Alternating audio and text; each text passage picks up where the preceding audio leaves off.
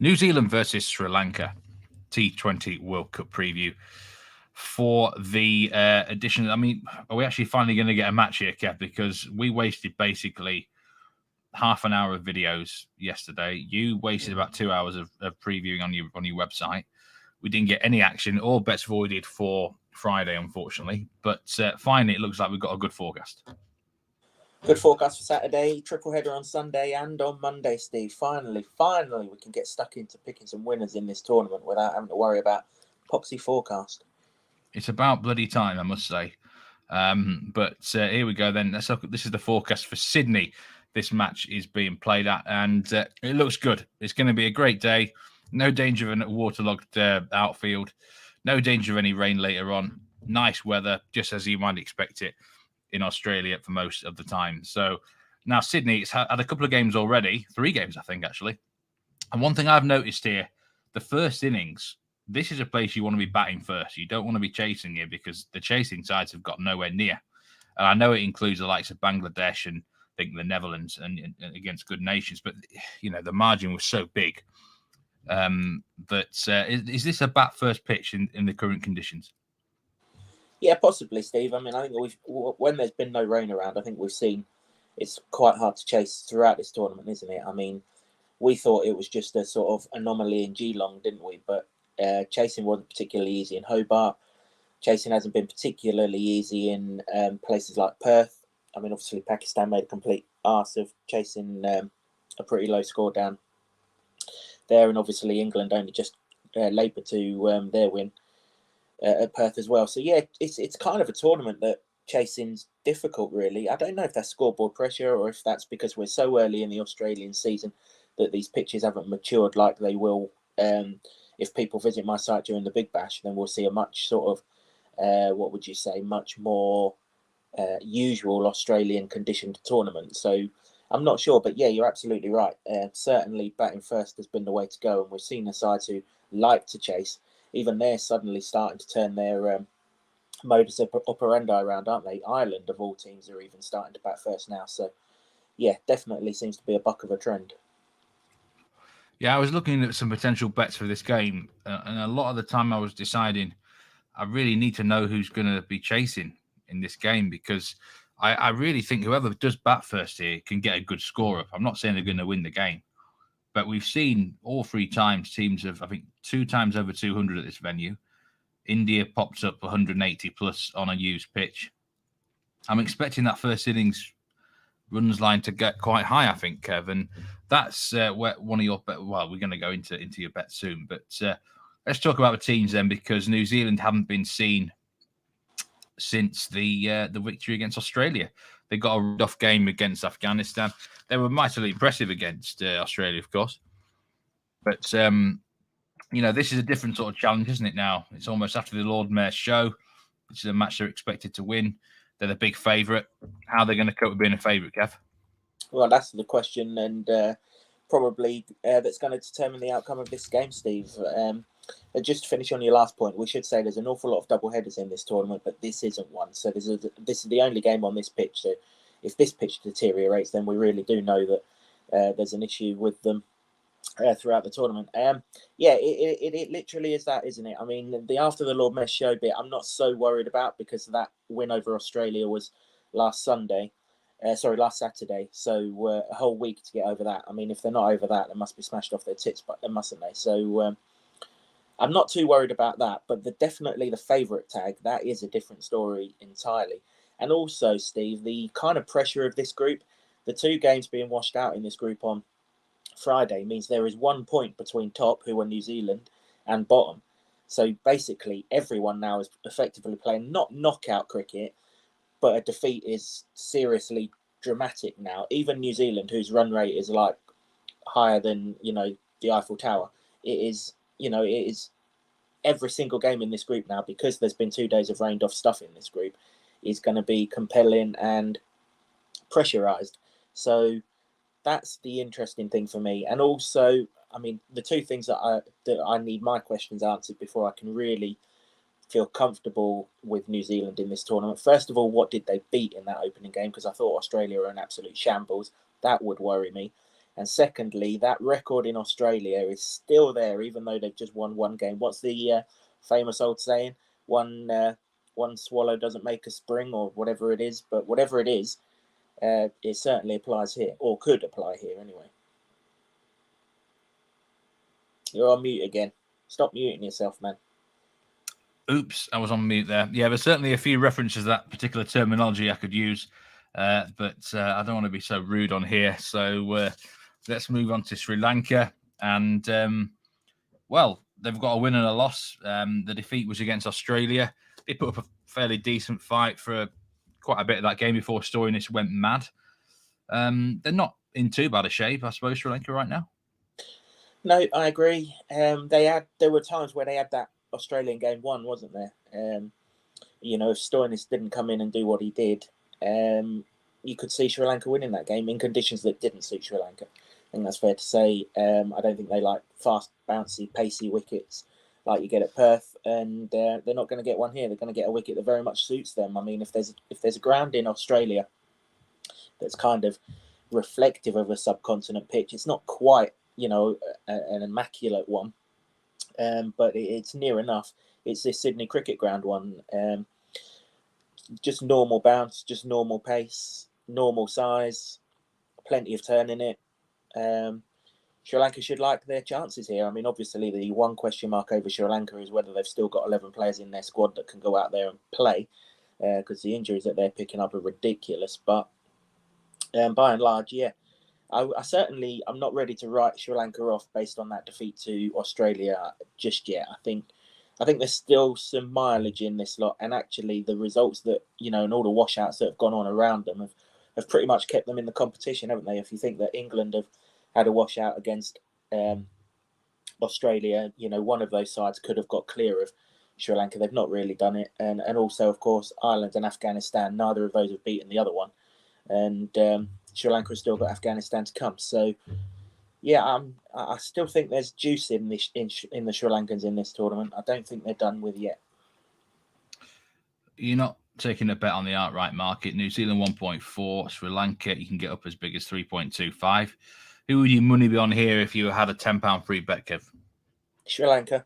Yeah, I think they're a big price.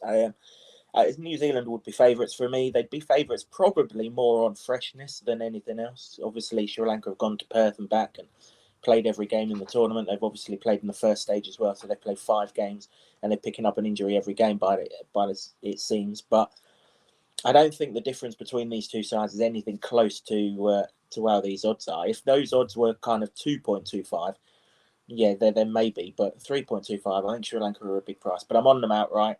We're now at the stage where every single win will boost that outright. So don't really need to get involved in a game where there are still 1 or 2 question marks over everyone. First bet of the game then, and it is over 318.5 runs, total match runs at Bet365. You think this could be quite a high-scoring match, Kev? Yeah, I do. I think these are the conditions that Sri Lanka have been crying out for. I mean, really and truly, Steve, Sri Lanka played 5 games in this tournament, haven't they? They've only played on one pitch that suits them. That was the game against Ireland in Hobart, where they twatted it to all parts. The Geelong games were an absolute mess. Just the shambles of a pitch, shambles of an outfield. Absolute, you almost got to write them off. And then Perth, I mean, if you think of Sri Lankans, they have to stand on each other's shoulders to be 6 foot tall, really, don't they? So the pace and the bounce in that pitch, never, ever, ever in a month of Sundays was that going to suit them either. So now they're finally at a ground where they can be trusted, where they can be sort of reflected on properly. And I think that they'll score well here, particularly because by all accounts, there's a fresh pitch here. Which means looking at where they've played the 2 days of this game so far, they've been generally in the middle. So if it's a fresh pitch, it's going to be at the side of one of the squares. That's going to lead to a short boundary somewhere, which will obviously be peppered. Both of these teams have got left-handers and right-handers in them. So that short boundary will be in play all the time. The only reason I'm not taking the sixes and I'm taking the runs here is because Sri Lanka aren't always the biggest hitting side. They usually rely on their timing an awful lot, don't they? So they could hit a lot of 4s rather than a lot of 6s. You can probably say the same about Devon Conway, Kane Williamson for New Zealand.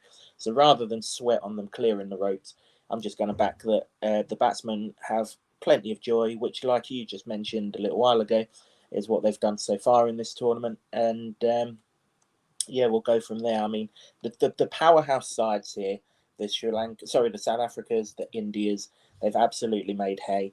And there's plenty of batting in these two. I mean, Sri Lanka bat right the way down to 8, genuinely down to 8. And New Zealand are likely to have Tim Southee at 8, and he's not the biggest mug in the world either, is he? So plenty of batting, good batting pitch, fresh pitch, no rain, bowling conditions that might well be a little bit more difficult on a high-scoring ground that's been high-scoring already. This line looks perfect. I mean, realistically, Steve, you can get, I think I'm right in saying you can get 157 in the first innings, and then if there's a 6 to win the game, then you've got yourself a winner. I think that's more than achievable. I can't see both teams not getting 160 unless something goes seriously wrong. There's a very interesting runs line for Sri Lanka at Bet Victor in the first 6 overs, and the run line is only 42.5. And I have to say, if I knew Sri Lanka were batting first here, I would be all over that. I think that's unbelievably low on a fresh pitch at Sydney. I think they'll get over it, whether they bat first or chase, to be honest with you. I really did strongly consider that one. It's just one of them, if they did concede a big score, there's a chance they might lose 2 or 3 wickets early on, and they might not cover it. But, I mean, bear in mind that in the Perth match against Australia, they still got 36 runs there for 1 off 6 overs on a pitch that just doesn't suit them at all. Massive ground. I don't think it's asking a lot for Sri Lanka to get over 42.5 in the first 6, but it's not an official pick for mine. Just a suggestion. We'll go on to a performance bet now, and we're on to a good old favourite of ours here, Hasaranga Performance over 32.5 units. I bumped this up to a 5-unit pick for us because I quite fancy this one as well. And I did look at him to be their top wicket taker. But Kev, you can describe in a bit more detail what we like about him on this ground. Yeah, I mean, if you're a regular to my website, Steve, I'm in copy and paste mode here because I always take this guy's performance. I've said it multiple times on this podcast that I believe he's the best leg spinner in T20 cricket in the world. His stats show that. He's now getting the franchise recognition. Obviously played for Bangalore in the Indian Premier League, which is generally considered the sort of marquee franchise tournament. When you get into there, then you know you're good, particularly as a leg spinner, Steve. And I always kind of judge leg spinners on how they go in that tournament. Because if you think from an English point of view, Adil Rashid has never played a genuine Indian Premier League in India. And for probably 5 or 6 years, he's been one of the best leg spin exponents in the world. So why is that the case? Well, the case is simply because Indians play spin. So teams are reluctant to spend a wedge on an overseas player when they know that the chances are they're not going to get as many wickets in that tournament as others do. So the fact that Bangalore shelled out a hell of a lot of money on Hasaranga tells you that they really, really rate him and that he is as dangerous as I think he is. I also think top-class cricketers, or sportsmen in any sport, actually, Steve, when they've had a stinker, they put that behind them and they come out all guns blazing. And let's be fair, he had an absolute shocker, didn't he? Not necessarily all of his fault. That pitch in Perth does not suit a leg spinner who pitches the ball up. It's the worst pitch in the world, isn't it? Apart from maybe Joe Berg for spin. It's like, you can't almost judge him on it. No, exactly. It really is. And I mean, some of Stoinis's hits were absolute monsters, let's be fair.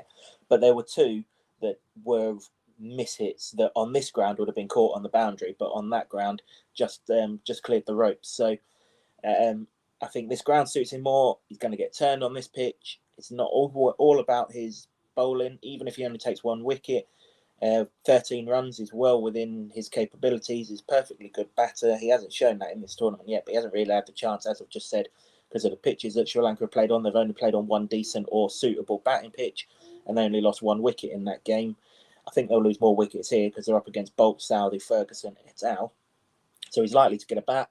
Fields at deep mid-wicket. He took catches against Ireland at deep mid-wicket, took catches all over Geelong at deep mid-wicket. That's the area where everyone targets towards the end of the innings. So catches are in play. Sound the klaxon, Steve. 3D cricketer, 32.5 points. It's way, way, way too low. Every time I see this guy under 40 points, something in my mind just tells me you've got to back it. Because if you back it blind, you're winning more than you're losing. You really are. He's that good. I think this is the best bet of the tournament to date. I really do. Everything should come into line here. New Zealand, let's be honest, they prefer probably pace bowling, don't they, as well? Not saying they can't play spin, but he's going to come in that middle order when New Zealand probably got a few runs on the board, and he's going to settle things down, slow things down. I really like this performance. I looked at him to be the top wicket taker for Sri Lanka, but it's only 2-1, and you're going to need at least 2 wickets for him to win that market anyway. Okay, it's a bigger price, but we'll take the performance because you're right, catches come into play, and not just for him, but right on the boundary there. If they can actually take some off him, I think he's lost about 2 or 3 wickets to drop catches already in this tournament, maybe more. But I really think it's a great price and a great line, a really low line here. So Hasaranga Performance over 32.5 units is a very strong play for us on here. I'm going to have one bet for the game, and it's over 0.5 run-outs. And that is it, 3 to 4 bet Victor for 3 units. And I looked at this, and I just think this is too big a price for at least 1 run-out in the match, because whenever Sri Lanka play, there's always panic in their batting. There's this sort of batting lineup where things can happen, like strange things occur, and there's a mix-up with the batsmen, as you old say. But secondly, New Zealand have always been a fantastic fielding team. And there's one thing I took from that Australia game. They look really sharp in the field. And, I would expect them to continue that today in this game. And, if Sri Lanka start to get in a muddle and there's like a bit of hesitation, they're probably going to get run out at some point. So really, this is a bet on a Sri Lankan to get run out. But Sri Lanka themselves have taken 3 run-outs in this tournament already. So it's not beyond the realms of possibility that you can... I mean, this is 20-over cricket. Risks are taken at the back end of innings and all sorts of things. So I think 3 to 4 and at least 1 run out. I expected this price to be 1 to 2, to be honest, Kev. So I will take a little bit of a nibble here and hope that someone balls it up. Hopefully, if they've got a few runs on the board, that's a run out for me at a bet Victor there for 3 units. Yeah, just to add 2 other things onto that. First and foremost, Kane Williamson is one of the worst runners in world cricket. He hasn't got Ross Taylor to help him, because them two, whenever them two batted alongside each other, you just back next dismissal to be a run out, because they were an absolute shambles. But he doesn't change, Williamson. He'll hit the ball and he'll watch where it goes. And he'll dance down in the middle of the pitch, and he'll only then decide. And his partner sometimes thinks that he's coming, and then all of a sudden he isn't coming, and the bloke's shaking his hand, and then he's got to turn around and he's got to go back and everything. So if Williamson bats for any period of time here, you're always in the game, even with a Sri Lanka run out. Even though you're quite right to say that you're more likely to get it when Sri Lanka are batting. The other thing as well in this, Steve, is if New Zealand bat first and they're putting a score up, or either side who bat first, really, if they've got a wicket left in the last ball, they should run. Even if it's to the keeper, they should run, because you've got to maximise everything. And if you go back to the 50-over World Cup final, Steve, where New Zealand were involved, they would have won the World Cup that year had they have run a bye off the last ball of their innings. They would have won the tournament by 1 run. They didn't. Mitchell Santner stood and watched it and dilly-dallied. And, of course, the game was tied and England won it in a super over. Since then, there has been a clear intent from New Zealand every single time they've been batting at the final ball of an innings, wherever the ball goes, even if the ball doesn't even leave the square, to try and run, because you just never know what's going to happen, and you never know how important that 1 run is. So that could be another thing, that the last ball goes through to the wicketkeeper, they run, the wicketkeeper shies the stumps down, Bob's your uncle, happy days, let's get going, and you ain't even had to fret about a fielder hitting the stumps or anything, just the wicketkeeper who's standing behind the sort of thing. So so much potential for this. Yeah, really like that one. Yeah, I like it. I think it's a good one. And I could actually see there being more than 1 run out in this game if you want to find a higher line, because if it's a sort of good batting deck, it might be the run out might be the best chance for a wicket in some forms. So, but yeah, you're right. The best chance of this bet landing, logically, is the 20th over of the first innings, where not just the last ball, probably the last 3 or 4 balls, players are just going for it a lot more. Well, or particularly if you've got a tail ender and he needs to get off the strike and the batsman's at the other end. Bearing in mind as sacrifice. Bearing in mind as well in this tournament, if a wicket's taken as a catch, there is no crossing over. The new batsman will face. So if they want to get him off strike to get the bigger hitter down the other end there, then they're going to take the risk, aren't they? So, yeah, great, absolutely great shout, this one. I think it's a big price. I thought it'd be like 1 to 2, to be honest, or even less. So we're going to look at the top batsman market now. and you've got to pick top Sri Lankan batsman, Jamika Karunaratne, 35 to 1 shot here, Kev. So what number is he going to be batting? He could be up at 7, right? 7 or 8, yeah. I mean, pretty much, I don't expect this to land. I'll say that right now. No. I'm not backing this thinking, Christ, I'm on a really good chance here. However, you put up the scenario earlier, which is how this could come about, in that New Zealand bat first, absolutely smoked the thing to all parts, like they did against Australia. And let's be fair, if they're going to do it against Australia, every chance they could do it against this Sri Lanka side. So they post up, I don't know, 190, 200 or something like that. Sri Lanka go after it in the early stages of the innings, find out that Bolt and Southee aren't the ones to do it against, end up 50 for 4 or something like that. And all of a sudden, someone down the order's got to come in, nurse the run rate a little bit, particularly for Sri Lanka, who've just taken an absolute bobbins in their run rate. And there's Karunaratne. He did similar, actually, didn't he, in the match in Australia against Australia in Perth, didn't he? They were going nowhere, weren't they, Sri Lanka? And he came in. I think he only scored sort of in the teens, but he still got enough runs to suggest that on a pitch where the dimensions are much more suitable and the bounce isn't quite as high, that he can score some runs down the innings. New Zealand aren't a great death bowling side. That's been the case for an awful long time, really. Bolt and Southee are more sort of swing bowlers at the start of the innings rather than death bowlers at the end of it. And the scenario is there, and that would have to be the scenario. He's not going to top score in a high-scoring Sri Lankan innings, of course he's not. But there is a chance that New Zealand go bonkers and Sri Lanka make a bit of a cock up of it early doors, and then need someone to repair the damage down the innings. He can back this guy, Steve. I think I'm right in saying that he's cleared 24 times in his career in T20 cricket. 3 of those have been against South Africa and India. You don't get many better bowling attacks than those. So that shows that he can hit at the back end of the innings. The other one was in the Asia Cup against Afghanistan. Again, not the easiest team to necessarily score off in UAE conditions.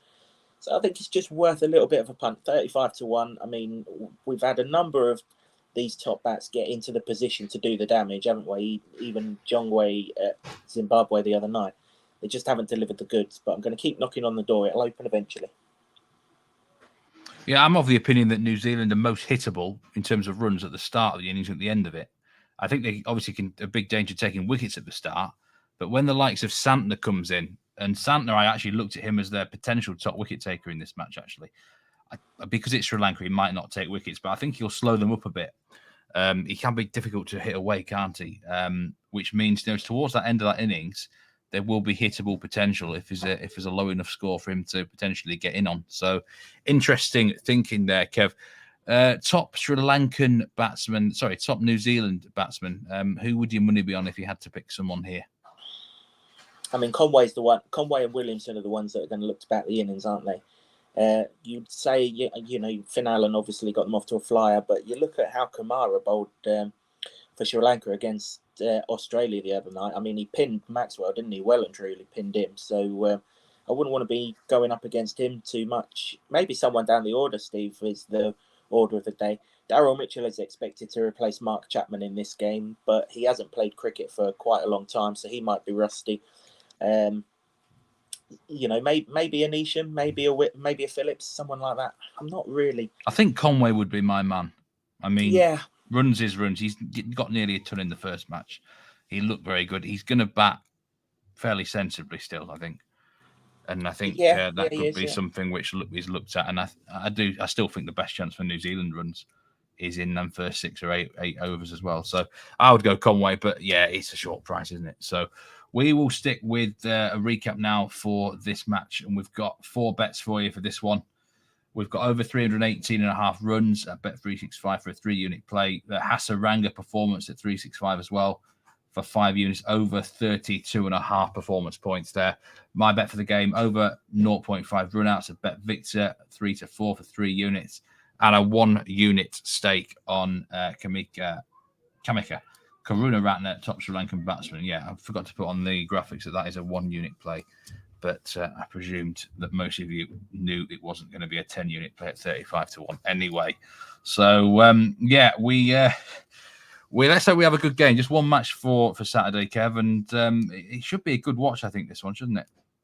Yeah, really should, Steve. I mean, if there is a positive to the rain, obviously we can't make no bloody money when there's rain, but if there is a positive with the rain, it's tightened everything up now. So every game is going to matter now. Whereas sometimes in this tournament, you can get to the sort of second half of the group stage and you get dead rubbers, or there's no such thing as a dead rubber from here on in this tournament. I think the other group's still more interesting than this one, but a Sri Lanka win here opens it's dumps the cat well and truly among the pigeons, doesn't it?